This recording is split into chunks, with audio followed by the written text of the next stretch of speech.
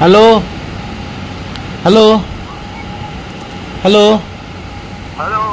হ্যাঁ, আশিসদা বলছেন?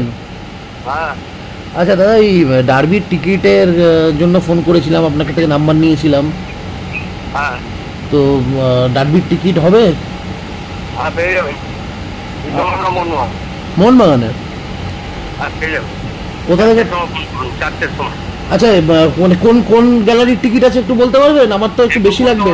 এখন হাতে আসবে, 2-3টের সময় হাতে আসবে। আচ্ছা, প্রাইস টিকিট না কমপ্লিমেন্টারি থাকবে লেখা?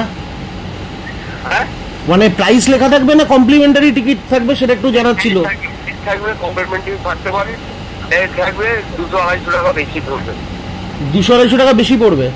হ্যাঁ আচ্ছা, যত চাইবো পাবো তো? মানে ধরুন আমার যদি 300-400 দরকার হয়, হ্যাঁ আমার যদি 300-400 দরকার হয় তাহলে পাবো তো? কটা? 300-400 যদি দরকার হয়, আমাদের তো হাওড়ার পুরো টোটাল আমরা আসি একসঙ্গে ম্যাটাডোরে, তো আমাদের 300-400 মানে ছেলে তো হবে, 4-5টা ম্যাটাডোর থাকে আমাদের। দুটো মিলিয়ে নিতে হবে। দুটো মিলিয়ে বলতে মানে কমপ্লিমেন্টারি আর প্রাইস? মনমোহন দুটো মিলিয়ে নিতে হবে। ইস্ট বেঙ্গল নিয়ে তো দাদা হবে না, সমস্যা হয়ে যাবে, মারধর খাবো তারপরে গিয়ে।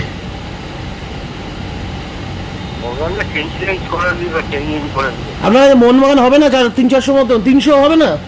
হ্যাঁ ঠিক আছে, দেখছি হয়ে যাবে। আচ্ছা, কোথায় আমি কি চলে আসবো? মোহনবাগান মাঠের পেছন দিকটায় যেখানটায় আপনি ইয়ে করেন, ওই কাউন্টারের ওখানে? হ্যাঁ 4টে 5টার সময় ফোন করুন, 4টে 5টার সময় ফোন করুন। এখন এত কথা বলো না ভাই। ঠিক আছে।